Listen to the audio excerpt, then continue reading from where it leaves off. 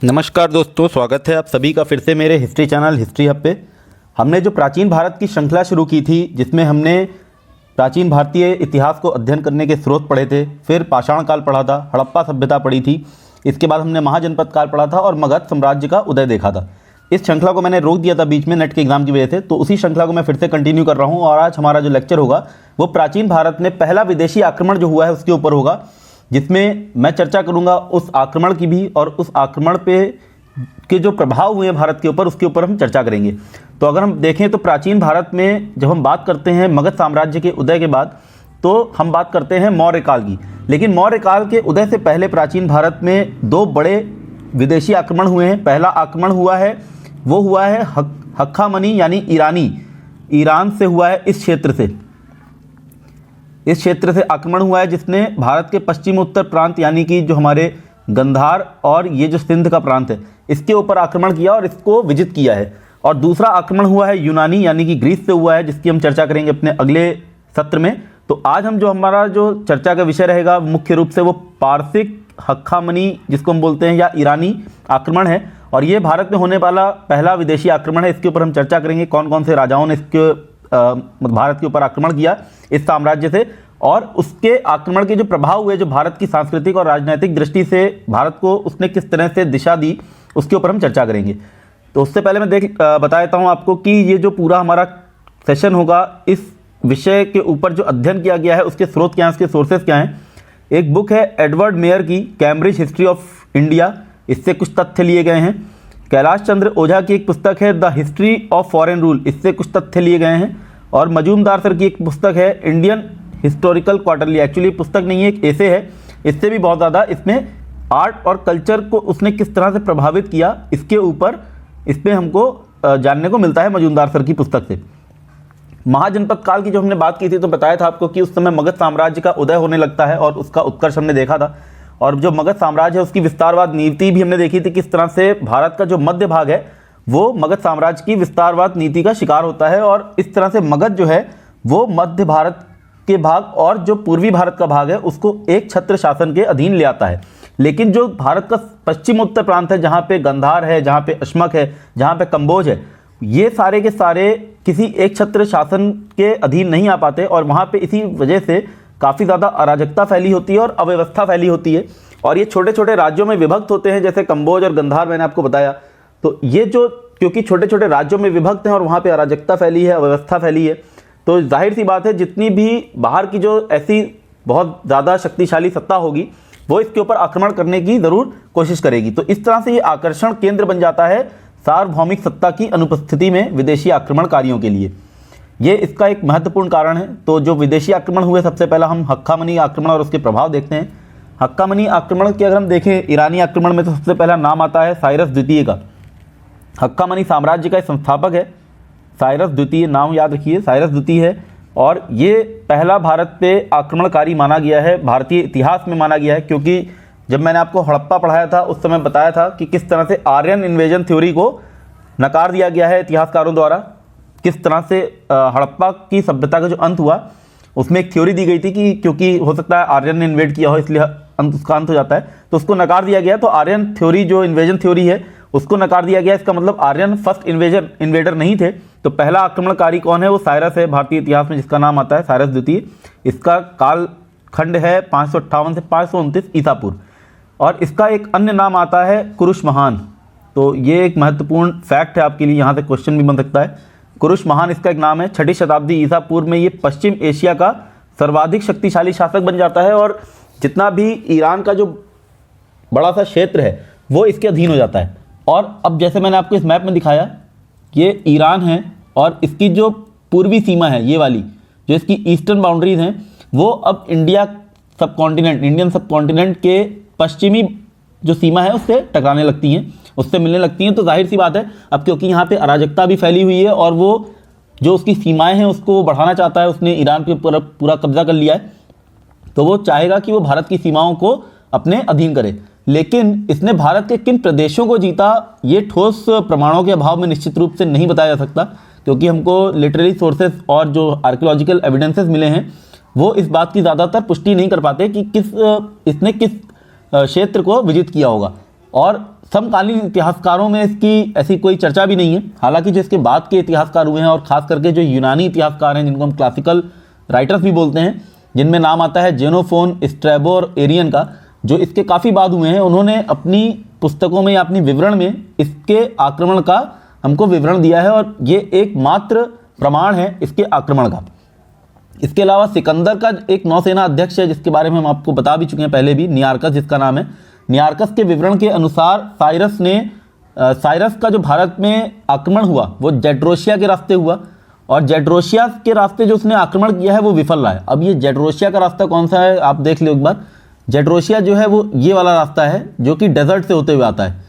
Desert जिसमें आपका राजस्थान का डेजर्ट आ रहा है, रण कच्छ आ रहा है, ये सब आ रहा है, ये डेजर्ट का एरिया है। और दूसरा जो आक्रमण होता है वो ऊपर बैक्टीरिया के एरिया से होता है, नॉर्थ वेस्ट जो हम बात करें अफगानिस्तान के ऊपर से हो रहा है। तो ये जो पहला वाला जो आक्रमण है इसको नियार्कस बोलता है कि विफल हो गया जेड्रोसिया से होते हुए।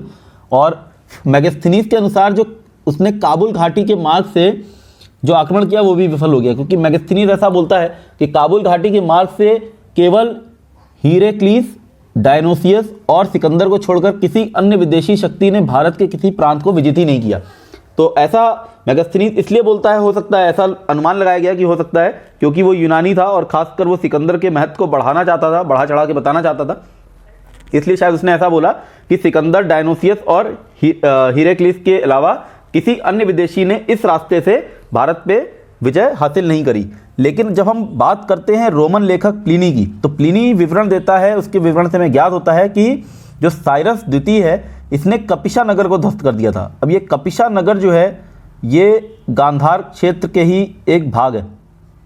गांधार जो प्रांत है उसका ही एक भाग है, उसका एक क्षेत्र है कपिशा नगर। तो रोमन लेखक प्लिनी हमको ये बताता है कि इसने कपिशा नगर को ध्वस्त किया। और एरियन के अनुसार सिंधु और काबुल नदियों के बीच जो स्थित भारतीय राज्य थे इसने इसको विजित किया होगा, या हो सकता है पूरी तरह से विजित ना किया हो, लेकिन वहाँ के जो राज्य थे उन्होंने इसकी अधीनता स्वीकार करके इसको कर देना स्वीकार कर दिया।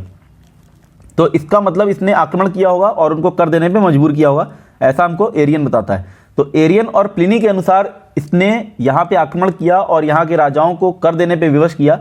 लेकिन मेगास्थनीज और हमने बात की नियार्कस की, ये दोनों ऐसा बताते हैं कि इसके जो आक्रमण थे वो विफल हुए। जेनोफोन ने साइरस की जीवनी लिखी है जिसका नाम है साइरोपीडिया। साइरोपीडिया में इसने लिखा है कि साइरस ने बैक्ट्रियानों तथा भारतीयों को जीतकर एक विशाल साम्राज्य की स्थापना की। तो अब यहाँ से एकदम क्लियर हो जाता है, जेनोफोन ने उसकी जीवनी में लिखा है ऐसा कि उसने भारतीयों को जीतकर और बैक्ट्रियानों को जीतकर एक विशाल राज्य की स्थापना की थी। तो भारत के किसी राजा ने उपहारों के साथ साइरस के पास एक दूत भेजा था। साइरस के पास एक दूत भेजा है भारत के किसी राजा ने, ऐसा भी जेनोफोन बताता है। इसकी जीवनी में लिखता है कि राजा ने साइरस के पास एक दूत भेजा उपहारों के साथ। साइरस ने हिंदू कुश तथा काबुल घाटी, जिसमें से विशेष रूप से अगर हम देखें तो गंधार की जो भारतीय जातियां थी, जनजातियां थी, उनको जीत लिया था। और दारा स्वयं सिंधु नदी तक आया था, ऐसा एडवर्ड मेयर बोलते हैं अपनी पुस्तक कैम्ब्रिज हिस्ट्री ऑफ इंडिया में। तो जैसा मैंने आपको बताया सोर्सेस जो हम यूज़ कर रहे हैं, तो एडवर्ड मेयर ने ऐसा बोला है अपनी, उनकी पुस्तक है कैम्ब्रिज हिस्ट्री ऑफ इंडिया, उसमें उन्होंने बोला है कि साइरस ने हिंदू कुश तथा काबुल घाटी को तो जीत ही लिया था, जिसमें से विशेष रूप से उसने, अगर हम बात करें तो गंधार की जो भारतीय जनजातियां थी उनको जीता था। और जब हम बात करेंगे दारा, इसके बाद शासक आएगा, तो उसके बारे में ये बोलते हैं कि दारा जो है वो स्वयं सिंधु नदी तक आ गया था। अब साइरस जो है इसकी मृत्यु कैस्पियन क्षेत्र में दरबाइक नामक एक पूर्वी जनजाति के विरुद्ध लड़ते हुई होती है। और इसके बाद इसका पुत्र कंबुजिए नाम आया है। कंबुजिए जो है ये शासक बनता है, लेकिन ये गृह युद्ध में उलझा रहता है और इसको भारत की तरफ अपना साम्राज्य विस्तार का इसको ऐसा कोई मौका मिलता नहीं है। इसके बाद जो अगला शासक आता है उसका नाम है दारा प्रथम, और ये सबसे ज़्यादा महत्वपूर्ण शासक है अगर हम बात करें पर्शियन रूलर्स में, यानी कि हक्कामनी साम्राज्य के शासकों में सबसे ज़्यादा शक्तिशाली और सबसे बड़ा इसका साम्राज्य है। इसके शासनकाल के बारे में हमको 3 अभिलेखों से हमको जानकारी मिलती है। बहिस्तून अभिलेख है, पर्सिपोलिस है और नक्शे रुस्तम है। अब कई बार आपसे अभिलेख भी पूछ लिए जाते हैं किस राजा से जुड़े हैं, तो याद रखना दारा प्रथम से जुड़े हुए अभिलेख हैं बहिस्तून, पर्सिपोलिस एंड नक्शे रुस्तम, और ये हक्कामनी साम्राज्य के हैं।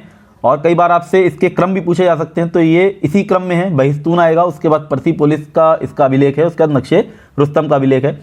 तो इससे हमको, क्योंकि अभी पहले जो साइरस द्वितीय था उसके बारे में बहुत ज़्यादा जानकारी नहीं थी, हमारे पास आर्कियोलॉजिकल एविडेंसेस नहीं थे, बहुत ज़्यादा प्रमाणिक सोर्सेज नहीं थे, लेकिन इसके बारे में जो दारा प्रथम है इसके बारे में हमारी जानकारी काफ़ी ज़्यादा सटीक होती है, क्योंकि यहाँ पे हमको इसके अभिलेख मिले हैं जो कि दर्शाते हैं कि भारत पर पारसिक आधिपत्य जो है वो था।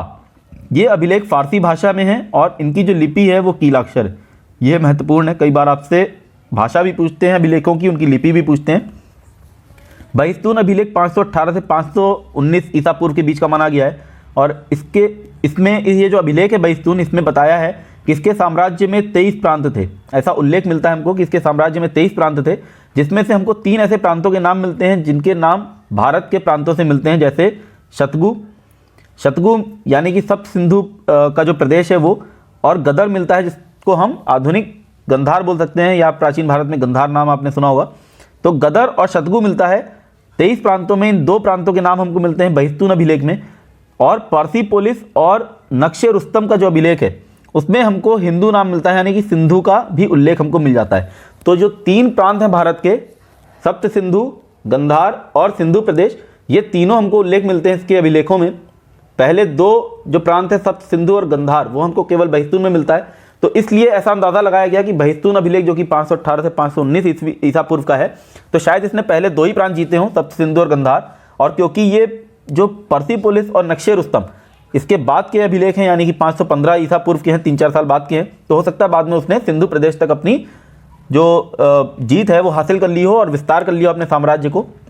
इसी को आधार बना के ये जो अभिलेख हैं इन्हीं का अध्ययन करके जो एडवर्ड मेयर साहब हैं उन्होंने टिप्पणी की कि दारा स्वयं सिंधु तक पहुंच गया था। इस अभिलेखीय प्रमाण की पुष्टि जो है इतिहास के पिता कहे जाने वाले हेरोडोटस ने भी की है और उनके विवरण में मिलती है, और वो बताते हैं कि भारत जो है वो दारा के साम्राज्य का 20वां प्रांत था। अब जैसे मैंने बताया कि उसके जो अभिलेख हैं बहिस्तून, उसमें बताए गए 23 प्रांत हैं, तो उसमें से हेरोडोटस बोलते हैं कि जो भारत है वो उसके साम्राज्य का 20वां प्रांत था। तो यहाँ से एकदम दोनों चीज़ें हमको मिल जाती हैं, एक हमको आर्कियोलॉजिकल एविडेंसेस भी मिल जाते हैं और हमको लिटरेरी सोर्सेज भी मिल जाते हैं, यानी कि हमको साहित्य स्रोत भी पता चल गए और हमको जो उसके अभिलेख हैं उससे भी पता चला। तो दोनों चीज़ें मैच करके एकदम ये क्लियर हो जाता है कि दारा जो है वो भारत के ऊपर उसका आधिपत्य था। और ये जो क्षेत्र था जो भारत का, ये दारा का सबसे घनी आबादी वाला प्रदेश होने के साथ साथ संपूर्ण राजस्व का 3रा भाग कर के रूप में देने वाला प्रदेश भी था।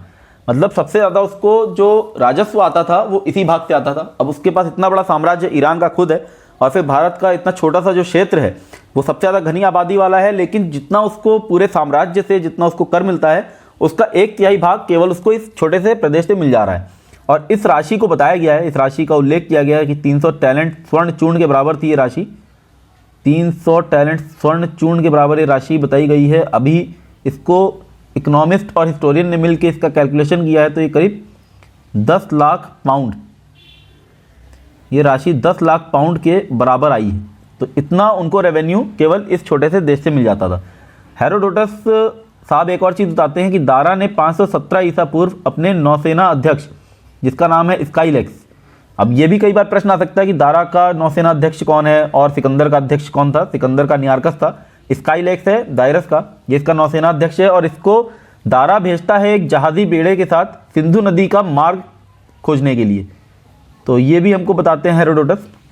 और ये बेड़ा जो था ये पक्तीत यानी पठान प्रदेश के कैस्पटीरस नगर, ये कैस्पटीरस नगर भी गंधार में स्थित है, इसके पूर्व की ओर बढ़ता है और हिंद महासागर तक ये पहुंच जाता है। तो हेरोडोटस के विवरण के अनुसार अगर हम देखें तो दारा के साम्राज्य में संपूर्ण सिंधु घाटी सम्मिलित हो गई थी और इस प्रकार दारा की जितनी भी विजय थी वो समस्त सिंधु घाटी को उसने एक सूत्र में बांध दिया था, एकता में बांधा था, एक सूत्र में बांधा था और एक झंडे के नीचे आ गए थे सारे। और भारत का जो संपर्क था ये पाश्चात्य से जुड़ गया। तो ये सबसे महत्वपूर्ण एक कॉन्सेप्ट वाली बात भी है। यहाँ से बहुत सारा आपको समझ बनेगी यहाँ से आपकी कि किस तरह से इस संपर्क की वजह से आगे चल के जो प्राचीन भारत में जितना भी सांस्कृतिक आदान प्रदान हुआ उसकी वजह से यहाँ पे क्या क्या चेंजेस आए। तो इसका जो समय है भारत में वो पर्सिक आधिपत्य का चरमोत्कर्ष माना गया है, क्योंकि इसके बाद जितने इसके उत्तराधिकारी हुए हैं उन्होंने अपने साम्राज्य की पूर्वी सीमा इससे आगे बढ़ाने का प्रयास नहीं किया और वो इस सीमा को खाली संजो के रखने की उन्होंने कोशिश की है। तो इसके बाद जो सबसे पहले इसका उत्तराधिकारी आता है जिसका नाम है श्यार्श, या हम बोल सकते हैं ज़ेरेक्सेस बोलते हैं इंग्लिश में। 486 से 465 यानी कि 20 साल इसने शासन किया है। और पर्सिपोलिस से प्राप्त इसके एक अभिलेख में भारत के तीनों प्रदेशों यानी कि गंधार, शतगु और सिंधु का उल्लेख मिलता है। अब जैसे हमने दारा के में देखा था कि एक पहला जो अभिलेख था, उसका पुराना अभिलेख जो था, पहले का जो अभिलेख था उसमें केवल 2 प्रदेश थे, बाद वाले में एक प्रदेश का नाम था, जिससे हमने ये अनुमान लगाया कि उसने ये तीनों प्रदेश जीत लिए थे एक के बाद एक करके। अब क्योंकि इसके एक ही अभिलेख में तीनों प्रदेशों का नाम है, तो इससे हमको ये अनुमान लगता है कि उसने इन तीनों प्रदेशों को संजो के रखा होगा और इसको अपने आधिपत्य में उसने अभी तक कायम रखा हुआ है। और इसी अभिलेख से पता चलता है कि इसने अहुर माजदा की इच्छा से देवताओं के मंदिर को गिरवा दिया और पूजा बंद किए जाने का भी आदेश दिया। और यूनान के विरुद्ध, यानी कि अब यहाँ से जो इंटरनेशनल अगर हम देखें पॉलिटिक्स, अंतर्राष्ट्रीय जितनी भी हमारी राजनीति है प्राचीन भारत या प्राचीन समय से अगर हम देखें तो अब यूनान भी आ गया पिक्चर में। और यूनान के विरुद्ध अब क्योंकि पर्शियन एक बहुत बड़ा एम्पायर है, पर्शियन एम्पायर जिसको हमने बोला, जिसको हक्कामनी साम्राज्य बोला, और यूनानी साम्राज्य भी उस समय विस्तारवाद नीति अपना रहा था। आगे चल के हम देखेंगे किस तरह सिकंदर के आक्रमण होते हैं। तो अब इन दोनों का आपस में टकराना, इन दोनों महाशक्तियों का आपस में टकराना एकदम लाजमी था और इन दोनों के युद्ध होते हैं आपस में।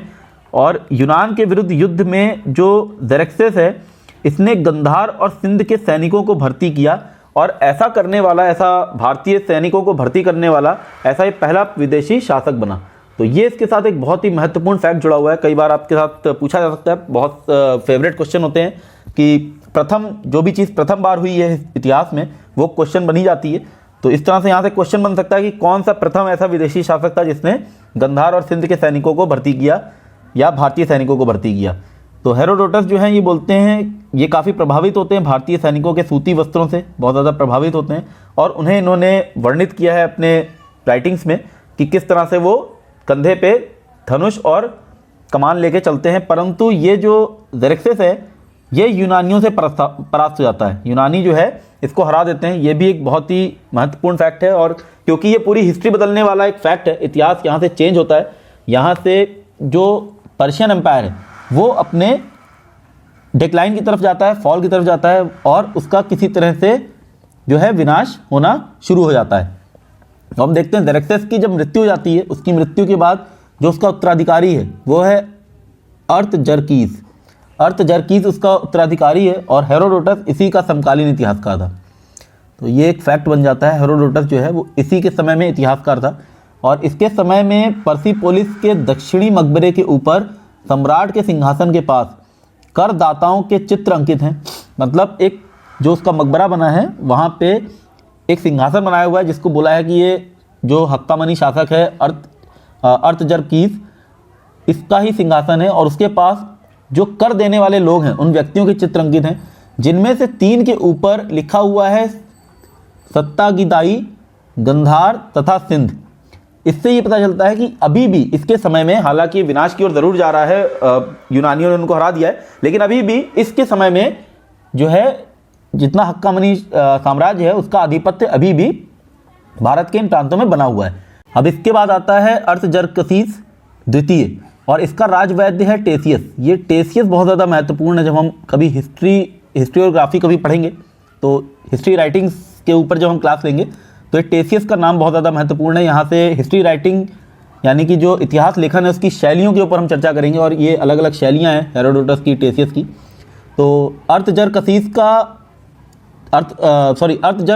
द्वितीय का जो राजवैद्य है टेसियस, ये ऐसा बोलता है, इसने ऐसा लिखा है कि उसने खुद देखा है कि भारतीय सम्राट जो है वो उपहार भेजते थे इसके दरबार में। तो यानी कि जो अर्थजर्कसीस द्वितीय है उस समय तक भी भारत के ऊपर इसका आधिपत्य थोड़ा बहुत रहा होगा हक्कामनी साम्राज्य का, लेकिन जो इसका अंतिम शासक है पारसिक सम्राट जो है जिसका नाम है दारा तृतीय, इसके समय में एक युद्ध होता है, आरबेला का युद्ध, बहुत ही ज़्यादा महत्वपूर्ण है और यहीं से जो पर्शियन एम्पायर है वो पूरी तरह से विनाश की ओर चला जाता है और जो पर्शियन एम्पायर का जो आधिपत्य है यानी कि हक्कामनी साम्राज्य का जो आधिपत्य है भारत के ऊपर वो भी समाप्त हो जाता है।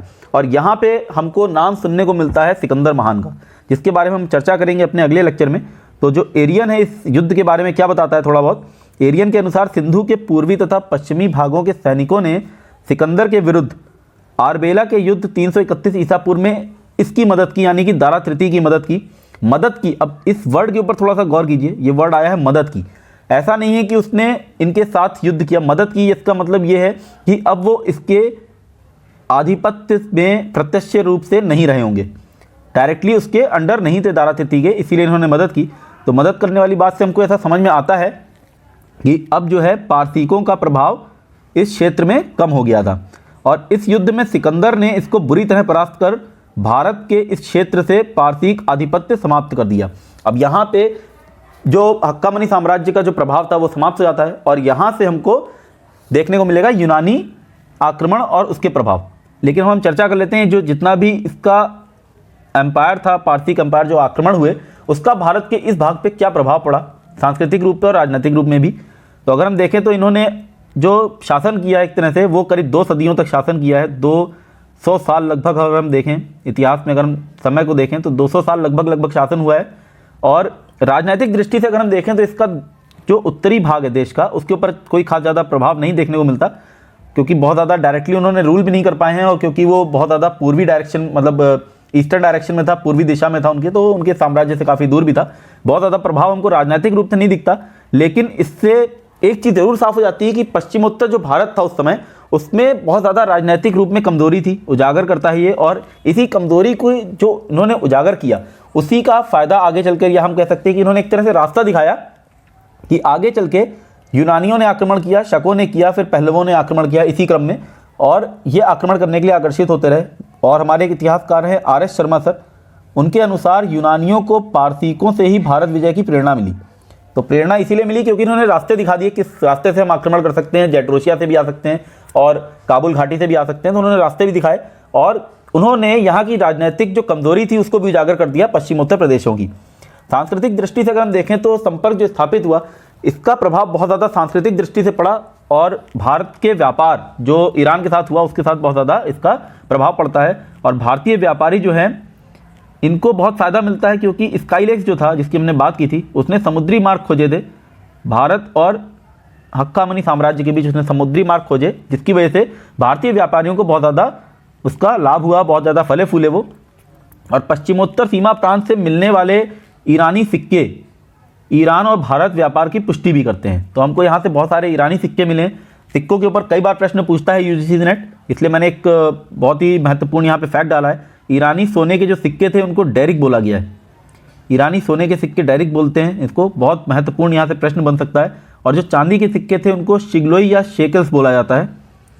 और भारत में ये बहुत ज़्यादा प्रचलित थे, लेकिन जो सोने और चांदी के सिक्के थे इनमें से चांदी का जो सिक्का शिगलोई है, ये शिगलोई सबसे ज़्यादा यहाँ पे प्रचलन में था, अधिक मात्रा में ये सबसे ज़्यादा मिला है हमको यहाँ पे। और इसी संपर्क की वजह से भारत के पश्चिमोत्तर भाग में हमको एक लिपि मिलती है जिसका नाम है खरोष्टी लिपि, दाएं से बाएं लिखी जाती है। और इसका जन्म जो हुआ है, इसका जो उद्भव हुआ है, वो ईरान की राजकीय लिपि यानी कि इसकी जो ऑफिशियल स्क्रिप्ट है अरामेइक जो है, ये ईरान की ऑफिशियल स्क्रिप्ट है, उसकी राजकीय लिपि है। इसी से खरोष्टी लिपि का जन्म होता है। और मौर्य सम्राट अगर हम बात करेंगे, अभी हम आगे चल के जब इतिहास में पढ़ेंगे, मौर्य शासन पढ़ेंगे, उसमें अशोक की बात करेंगे, अशोक के अभिलेखों की बात करेंगे। तो अशोक के मानसेहेरा अभिलेख और शहबाजगढ़ी अभिलेख जो इस क्षेत्र में है, जो भारत के पश्चिमोत्तर प्रांत में है, इन अभिलेखों की जो लिपि है वो खरोष्टी है। और तक्षशिला की अगर हम बात करें, जो कि सिंध प्रांत का जो क्षेत्र है तक्षशिला, वहाँ पे जो अभिलेख मिले हैं उनकी लिपि अरामेइक है। तो इससे ये भी हमको एक चीज़ क्लियर होती है कि जो सिंध का जो प्रांत था वो शायद उनके प्रत्यक्ष आधिपत्य में रहा होगा, इसीलिए जो उनकी ऑफिशियल स्क्रिप्ट थी, जो उनकी राजकीय लिपि थी अरामेइक, वो हमको तक्षशिला से मिलती है।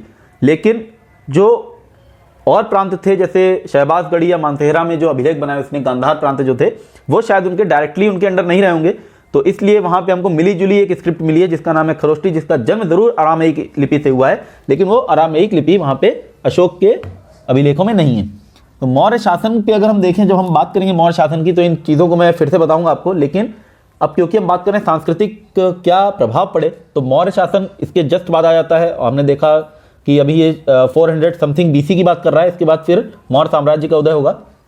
तो मौर्य शासन में अगर हम देखें तो बहुत सारे तत्व थे जिन पर पारसिक प्रभाव जो है साफ दिखाई देता है, जैसे सम्राट के जन्मदिन पर केश प्रक्षालन की प्रथा। और इस प्रथा को के बारे में कौटिल्य ने भी जिक्र किया है, और बाद में चल के एक दंड नीति भी के रूप में भी कौटिल्य ने इसको लिखा है कि किस तरह से मुंडन करा दिया जाता था दंड देने के लिए।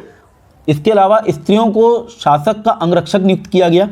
यहाँ पे परंपरा शुरू होती है और हम देखते हैं कि जब हम मौर्य सम्राट पढ़ेंगे, चंद्रगुप्त मौर्य पढ़ेंगे, तो हम देखेंगे कि किस तरह से अंगरक्षकों के लिए स्त्रियों का उपयोग यहाँ पे किया जाता है। और ये ईरानी परंपरा थी और ईरानी क्षत्रप प्रणाली भी यहाँ पे आगे चलकर प्रचलित हो जाती है। तो इस क्षत्रप प्रणाली के बारे में जैसे जैसे हम इतिहास पढ़ेंगे तो देखेंगे क्या है। तो अभी ये जान लीजिए कि ये इतने सारे पॉलिटिकल इफेक्ट्स हुए हैं, बहुत सारे सांस्कृतिक इफेक्ट्स भी होते हैं। अशोक के काल में गिरनार, जो गुजरात में एक जगह है, यहाँ पे एक अधिकारी को नियुक्त किया गया जिसका नाम आता है तुशास्प, और ये अधिकारी जो था ये ईरानी था।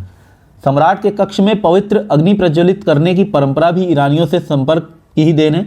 अग्नि प्रज्वलित करते थे ईरानी, और इसके साथ यहाँ पे सूर्य पूजा भी होती है। तो जो भारत में सूर्य पूजा आई है ये भी ईरानियों की देन है। जो हमने सन वर्शिपिंग शुरू की, सूर्य पूजा, ये भी ईरानी परंपरा है। इसके अलावा पाटलिपुत्र से हमको प्राप्त हुए हैं विशाल स्तंभों वाले भवन, इसके अवशेष मिले हैं। और इस स्तंभ मंडल की जो प्रेरणा है ये दारा प्रथम के शत स्तंभ मंडल से ली हुई प्रतीत होती है। और इसी तरह से अशोक के जो अभिलेख हैं, जो उसने अभिलेख उत्कीर्ण कराए, जैसे हमने देखा भी बहिस्तून का अभिलेख हमने देखा था दारा का, तो उसने जो अभिलेख उत्कीर्ण कराए अशोक ने, इसकी प्रेरणा भी शायद उसको दारा प्रथम के अभिलेखों से मिली। क्योंकि अशोक के जो लेख थे इनकी प्रारंभिक पंक्तियां, जैसे उसने अशोक ने खुद को बोला है देवन प्रिय, इस तरह से बोला है, तो जो उसकी प्रारंभिक पंक्तियां हैं और जो दारा के अभिलेखों की प्रारंभिक पंक्तियां हैं वो एक दूसरे से बहुत ज़्यादा मेल खाती हैं। इसका ये रीज़न माना है इतिहासकारों ने कि शायद इसीलिए माना है इतिहासकारों ने कि अशोक जो है इससे प्रभावित था, इसीलिए इन दोनों की पंक्तियां आपस में इसलिए इतना मैच खाती हैं। कुछ विद्वान जो है ऐसा बोलते हैं कि मुद्रा के प्रचलन और पाषाण स्थापत्य पर भी ईरानी प्रभाव था, लेकिन जो वीएस अग्रवाल सर हैं वो इस बात का खंडन करते हैं। और हमको कौशाम्बी से 9वीं शताब्दी ईसा पूर्व की लेख रहित मुद्रा भी मिलती है, और धौलावीरा जो कि हड़प्पा काल का स्थल है वहाँ से हमको पॉलिशदार श्वेत पाषाण खंड भी मिलते हैं। और इस दोनों चीज़ों से, इन दोनों आर्कियोलॉजिकल एविडेंसेस से ये बात तो गलत साबित हो जाती है कि पाषाण स्थापत्य या फिर पॉलिशदार पत्थरों के ऊपर कुछ लेख खुदवाना ये सब शायद ईरान से सीखा हो, ऐसा तो नहीं है।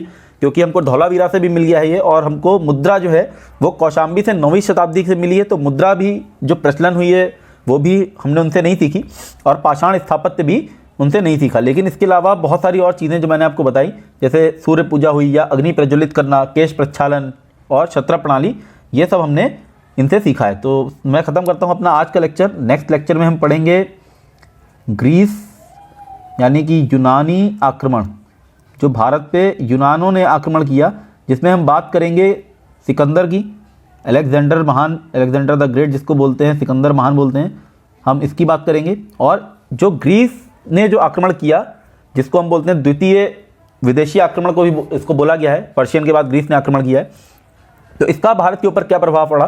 राजनीतिक दृष्टि से तो बहुत ज़्यादा प्रभाव पड़ेगा भी, क्योंकि अभी तक हमने देखा पर्शियन ने जो अटैक किया, जो हमारा हक्कामनी साम्राज्य ने जो भारत पे आक्रमण किया, इसका इतना ज़्यादा राजनीतिक प्रभाव नहीं पड़ता।